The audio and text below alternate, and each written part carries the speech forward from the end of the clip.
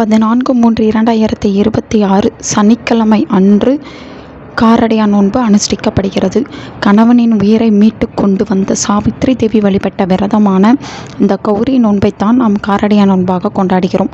இப்படியான ஒரு நாளில் அம்பிகையை நினைத்து நாம் வழிபாடு செய்ய வேண்டும். இதன் மூலம் கணவரின் ஆயுள் அதிகரித்து கணவன் மனைவி அந்யோன்யமாக வாழ்வார்கள். அது மட்டுமின்றி திருமணம் ஆகாதவர்களுக்கும் திருமண யோகம் கைகூடி வரும். இந்த வழிபாட்டிற்கான சில விதிமுறைகளும் கால நேரமும் உண்டு. அதை பற்றி தான் இந்த வீடியோவில் நாம் பார்க்க போகிறோம். மேலும் இந்த வழிபாட்டின் போது சொல்ல வேண்டிய ஒரு மந்திரம் மற்றும் நெய்வேத்தியம் என்ன என்பதையும் சேர்த்து பார்க்க போகிறோம். இந்த விரத வழிபாட்டை 14/3/2026 அதிகாலை 6:45 மணியிலிருந்து 15/3/2026 அதாவது இரவு 1 மணி வரை இந்த வழிபாட்டு முறையை நீங்கள் விரத முறையை மேற்கொள்ள வேண்டும். அன்றைய தினத்தில் பலரும் உண்ணாமல் விரதம் இருந்து வழிபாடு செய்வார்கள். அப்படியானவர்கள் செய்யலாம். விரதம் இருந்து வழிபாடு செய்ய முடியாதவர்கள் எளிமையாகவும் இந்த வழிபாட்டை செய்யலாம்.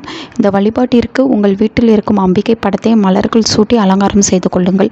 அதன் பிறகு முக்கியமாக நெய்வேத்தியமான கார அடை, வெள்ளை அடை செய்து வைக்க வேண்டும். இந்த நோன்பின் பெயரே காரடையான் நோன்புதான். ஆகையால் இந்த நெய்வேத்தியம் தான் மிகவும் முக்கியம். அதற்கு அடுத்து உருகாத வெண்ணெய் வைக்க வேண்டும். இன்றைய தினத்தில் பெண்கள் புதிதாக தாலி சரடு மாற்றுவார்கள். அப்படியானவர்கள் அந்த தாலி சரடையும் அம்பாளுக்கு முன்பாக வைத்து விடுங்கள். சிலர் நோன்பு கயிறு கட்டுவார்கள். அதற்கு ஒரு வெள்ளை நிற நூலில் மஞ்சள் தடவி பூ வைத்து கட்டி நோன்பு கயிறாக கட்டி கொள்வார்கள். அது உங்கள் வழக்கத்தை பொறுத்தது. இந்த நைவேத்தியத்தையும் கயிறையும் வைத்து படைக்கும் நேரம் காலை 7:30 மணியிலிருந்து 8:30 மணி வரை. அப்படி இல்லை என்றால் மாலை 4:30 மணியிலிருந்து 5:30 மணி வரை. இந்த வழிபாடு செய்யும் நேரத்தில் அம்பிகையை மனதார நினைத்து ஒரு நெய் தீபத்தை முதலில் ஏற்றி வைத்து விடுங்கள். அதன் பிறகு நெய்வேத்தியங்களை படைத்து வெற்றிலை பாக்கு, பழம், ஊதுபத்தி போன்றவற்றையெல்லாம் வைத்து வணங்க வேண்டும். அந்த நேரத்தில் அம்பிகையை உருகாத வெண்ணையும் ஓரடையும் நான் செய்தேன், ஒரு காலம் என் கணவர் என்னை விட்டு பிரியாத வரம் வேண்டும் என்ற மந்திரத்தை சொல்லி அன்னையை மனதார பிரார்த்தனை செய்து கொள்ளுங்கள்.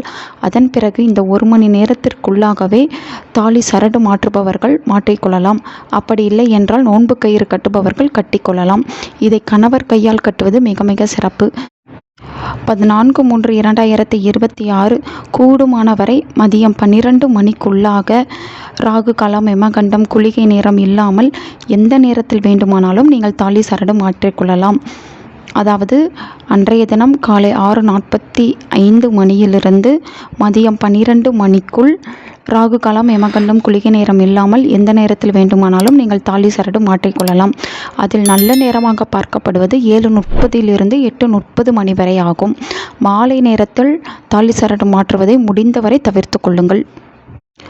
இதனால் உங்களுடைய தாலி பாக்கியம் என்றென்றும் நிலைத்து நிற்கும். நல்லதே நடக்கும். உங்கள் நண்பர்களுக்கும் உங்கள் உறவினர்களுக்கும் இந்த வீடியோவை ஷேர் பண்ணுங்க. அவங்களும் இதை பற்றி தெரிஞ்சுக்கிடட்டும். ஆன்மீகம் டிவி தமிழ் சேனலை சப்ஸ்கிரைப் பண்ணுங்க.